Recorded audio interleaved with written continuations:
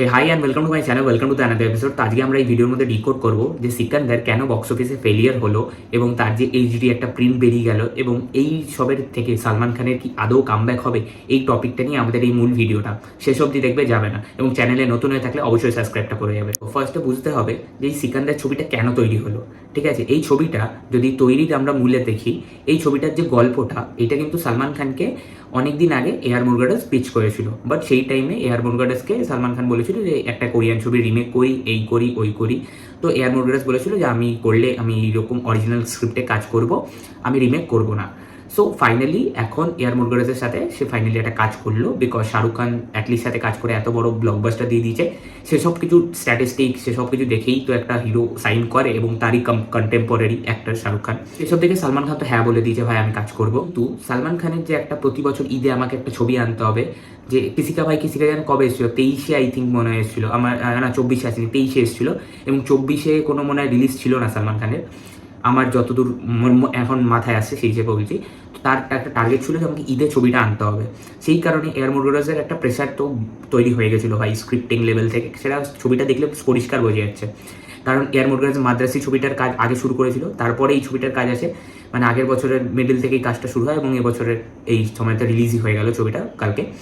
তো টাইম স্প্যানটা খুব কম, এবং মানে একটা ছবি, মানে ভালো ছবি যদি তৈরি হতে লাগে তার পেছনে অনেক এফোর্ট দিতে হয়। প্রথম কথা তো যে স্ক্রিন প্লে লিখছে, যে রাইটার, তাকে তো মিনিমাম একটা ভালো টাইম দিতে হবে, রাইটিং স্প্যান, যাতে সে দারুণভাবে লিখতে পারে, কারণ যত রিরাইট হবে তত ভালো স্ক্রিপ্ট তৈরি হবে। তারপরে রাইটিংয়ের পর তো শুটিং টাইমটা খুব ম্যান্ডেটারি হয়, যে যত রিটেক নেবেন, মানে একটা শটের যখন বেস্ট শটটা আসবে সেই অপেক্ষাটা যতক্ষণ না করবেন ততক্ষণ আপনার বেস্ট আসবে না। এবং সালমান খানকে এই ছবিতে তার অভিনয়, মানে তাকে দেখে মনে হচ্ছে সে অভিনয় করাটা ভুলে গেছে। আমি এখানে একটা স্ক্রিনশট দিচ্ছি, দেখো তার কীরকম চেহারার কন্ডিশন হয়ে গেছে। সেখানে মানে কান্নার সিন, কিন্তু তার অভিনয়ের সত্তাটাই মনে হয় ভেতর থেকে বেরিয়ে গেছে, সে ভুলে গেছে মনে হয় অভিনয় করতে। এবং এই যে সাজিদ নাডিয়াডওয়ালার মতো যারা প্রডিউসার আছে ইন্ডাস্ট্রিতে, তারা মেনলি মানে আমাদের এখানে যেমন এসকে মুভিজ যে হিসেবে অপারেট করে, ওই লন্ডনে চলে গেলাম শ্যুট করলাম, ওরকমভাবে এইটা কিন্তু কাজ হয়েছে আমার যা মনে হচ্ছে। কারণ এই ছবিটার যে শুটিংগুলো তোমরা যদি দেখো, কয়েকটা ওয়ান লোকেশন বেস কিন্তু সিনেমা। এই ছবিটা কিন্তু গ্র্যান্ডিয়ার লেভেলের কোনো ছবি নয়।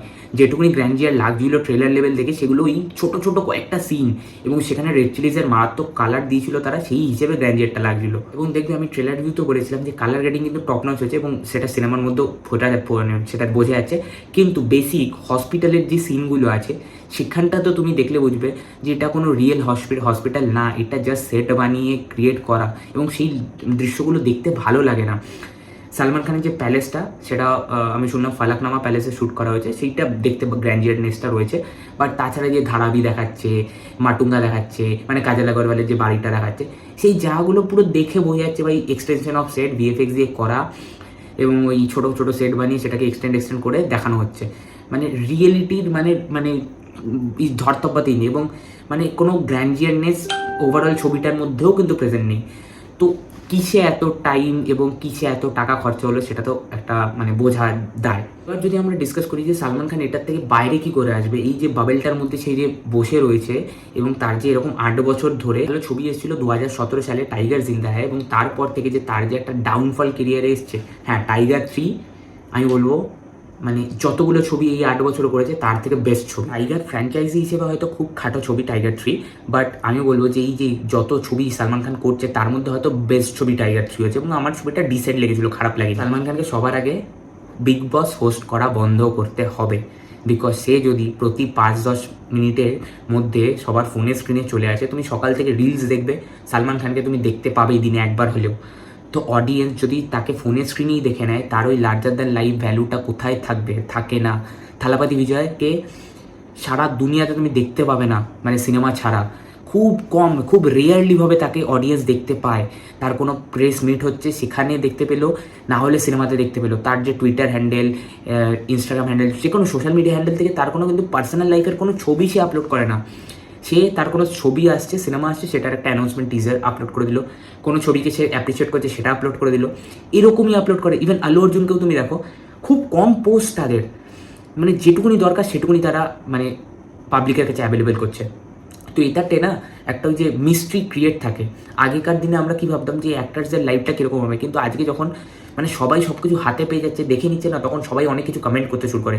আগে কিন্তু আমরা ভাবতাম না যে এই অ্যাক্টারটা কীরকম পার্সোনালি, তার আমরা শুধু ছবি দেখতাম এবং তাকে দেখে ভাবতাম ভাই এর মতো বডি বানাবো, এই ভাড়া কী সুন্দর দেখতে, আমরা এইসব ভাবতাম। কিন্তু এখন এই প্রতিটা মোমেন্টে অ্যাভেলেবেল হয়ে যে সবথেকে বড় ভুল, যে ওই একটা মিস্ট্রি ব্যাপারটা চলে গেছে, তাকে যে ওই হলে গিয়ে লার্জার দ্যান লাইফভাবে দেখবো সেইটার একটা ইচ্ছা চলে গেছে অডিয়েন্সের মধ্যে থেকে। এটা ধ্রুব সত্য আজকের দুনিয়াতে দাঁড়িয়ে। কেউ কথা ফার্ম হাউসে গিয়ে মদ খাওয়া চলবে না ভাই। তুমি যখন ছবি তুমি দেবে, তুমি ছবি শেষ করে নিয়ে তুমি যত মদ খাও কেউ বারণ করবে না, কিন্তু বিং এ ফ্যান এটা আমি আদেশ করছি বা আমি অনুরোধ করছি যে ওই সিনেমার যেই শিডিউলটা তুমি দিয়েছো সেইটার মধ্যে নিজের বডিতে ওয়ার্ক করো, তুমি ফ্লেক্সিবিলিটি আনো, অভিনয়টাকে আবার ফিরিয়ে আনো।